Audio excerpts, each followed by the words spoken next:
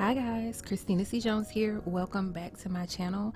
Today I am going to show you guys how I made these sweet potato banana muffins in just about 10 minutes, but that is including me already having all of my ingredients out on my counter. So let's get started. I'm gonna start by putting my butter in the microwave for about 30 seconds. We don't want it necessarily melted, just soft.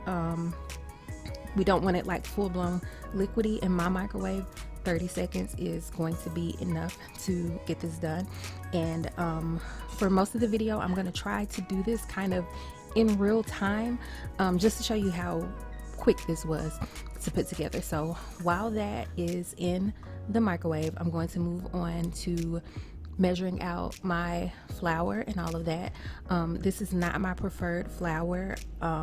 This was, I put my preferred flour on my pickup order. This is that's what they gave me. But in addition to just the regular flour, I'm also going to use almond flour, which for those of you who are concerned about carbs, almond flour, you know, is a lot lower carb than normal flour. But the other benefit of it is that it gives you a little more fiber, a little more like just a tiny bit more protein, and I really like what it does for the texture of something like a banana bread. Not so much for like cookies and stuff like that, but I really do like it for banana bread.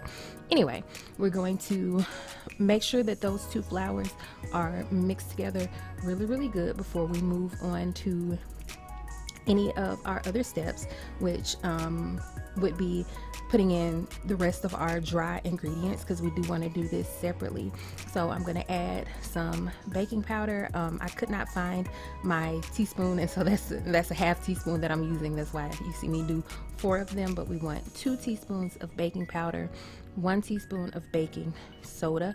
I'm honestly not super sure that the baking soda actually makes just a big difference in this recipe, which is not really a recipe. I'm doing more winging it than anything. These are not muffins that I've ever made before. I just, you know, had some stuff I needed to use. What you see me doing here is putting an insane amount of of pumpkin pie spice in there, just because I like a little, you know, I like that nutmeg, cinnamon, ginger kind of flavor. A few sprinkles of sea salt. I was also trying to kind of put things away as I used them, so that there wasn't just so much of a mess to contend with afterwards. But anyway, we're gonna mix up all those dry ingredients really good to make sure that everything is, especially those leavening agents, the baking powder and baking soda, making sure that everything is just kind of blended really good throughout there. And then we're going to move into our wet ingredients. And I know that brown sugar is not quote unquote a wet ingredient, but I do like to cream the brown sugar and butter together. I'm going to use a cup of that, and these muffins are not, this is not a very sweet muffin. And I know, you know, for some of you guys, you see me using a whole cup of this and was like, what? That's not sweet. But no, it does not make like a super sweet muffin. Like, it's not gonna taste like a cupcake. It's very much a muffin.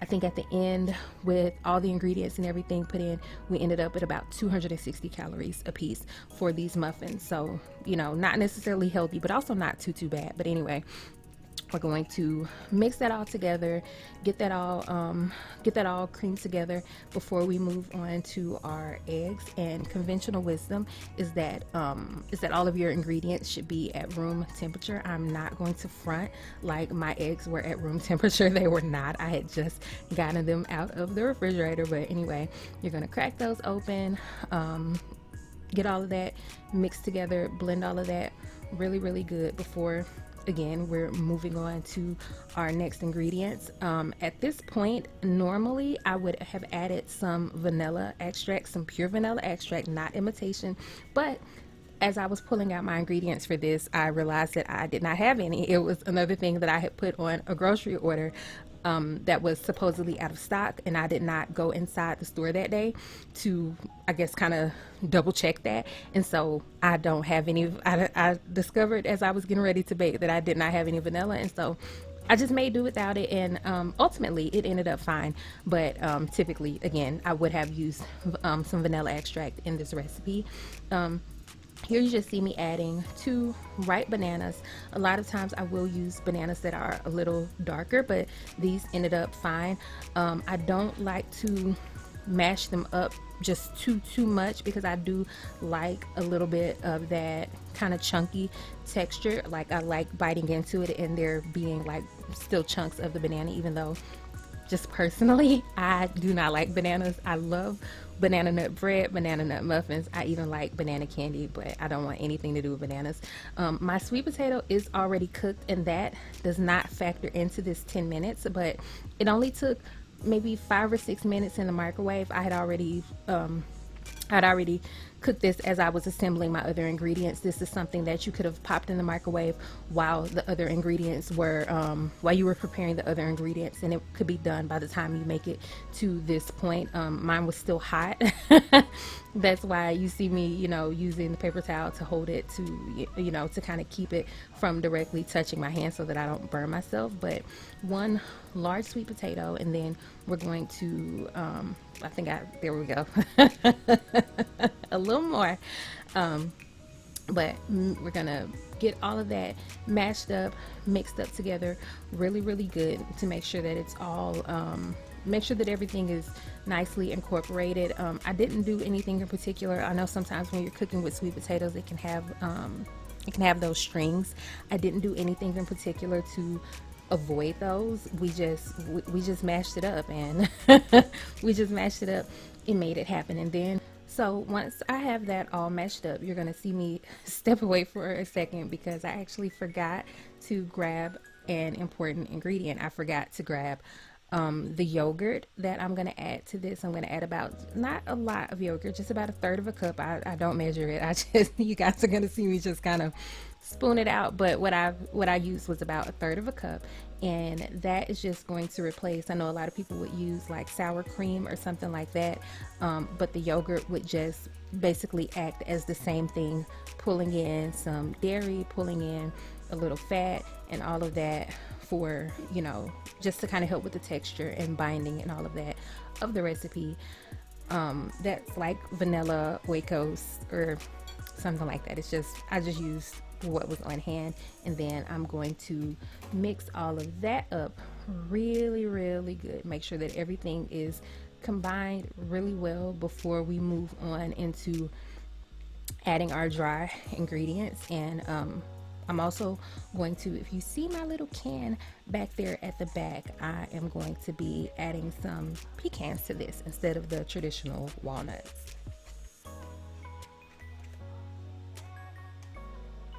So, dumping in my dry ingredients and trying my best not to over mix, because when you over mix, you tend to, it messes with your texture. And I know, you want to have everything nice and blended, but don't over mix. And you want to add dry ingredients to wet, because that helps you from having like those pockets of like just powder where everything is not blended into your liquid ingredient that well. Forgive me, guys, this is my first time. This is my first like full-blown cooking video, and so I'm getting a little crossed up, so but y'all just bear with me.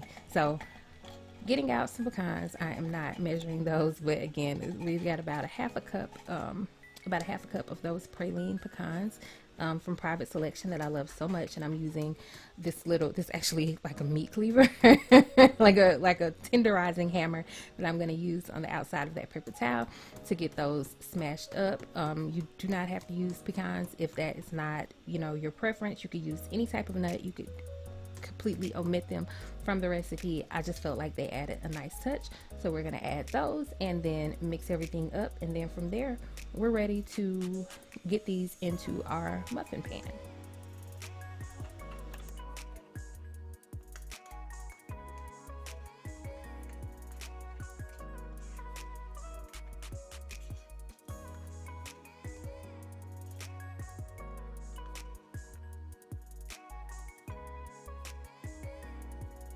Alright, so I've got my very well loved muffin pan out, and what you guys didn't see was me spraying that very good with an olive oil aerosol spray.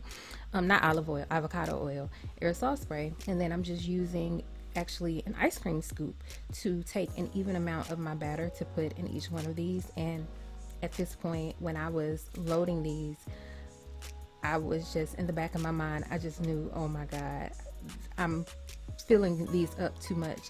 These are going to just explode over the sides, and they're not going to stay contained in the muffin shape, and this is just not going to work out in my favor. But I didn't want to use a second muffin pan. I was really just trying to make sure that that all of my batter fit into this one pan. I forgot to mention at the top of the video that your oven should have been preheating through all of this to 385. That's what we're going to bake these at for about 25 minutes. That's what worked for my oven. Of course, you know, if you bake, you know that those times vary, but again, that was about 20 to 25 minutes at 385 in my oven.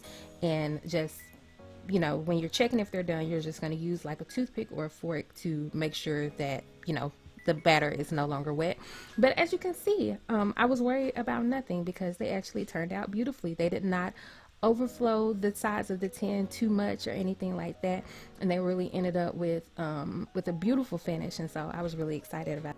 So I let them cool for a bit, and now you are going to see me taking them out of the tin using this flexible spatula to help me with the sides.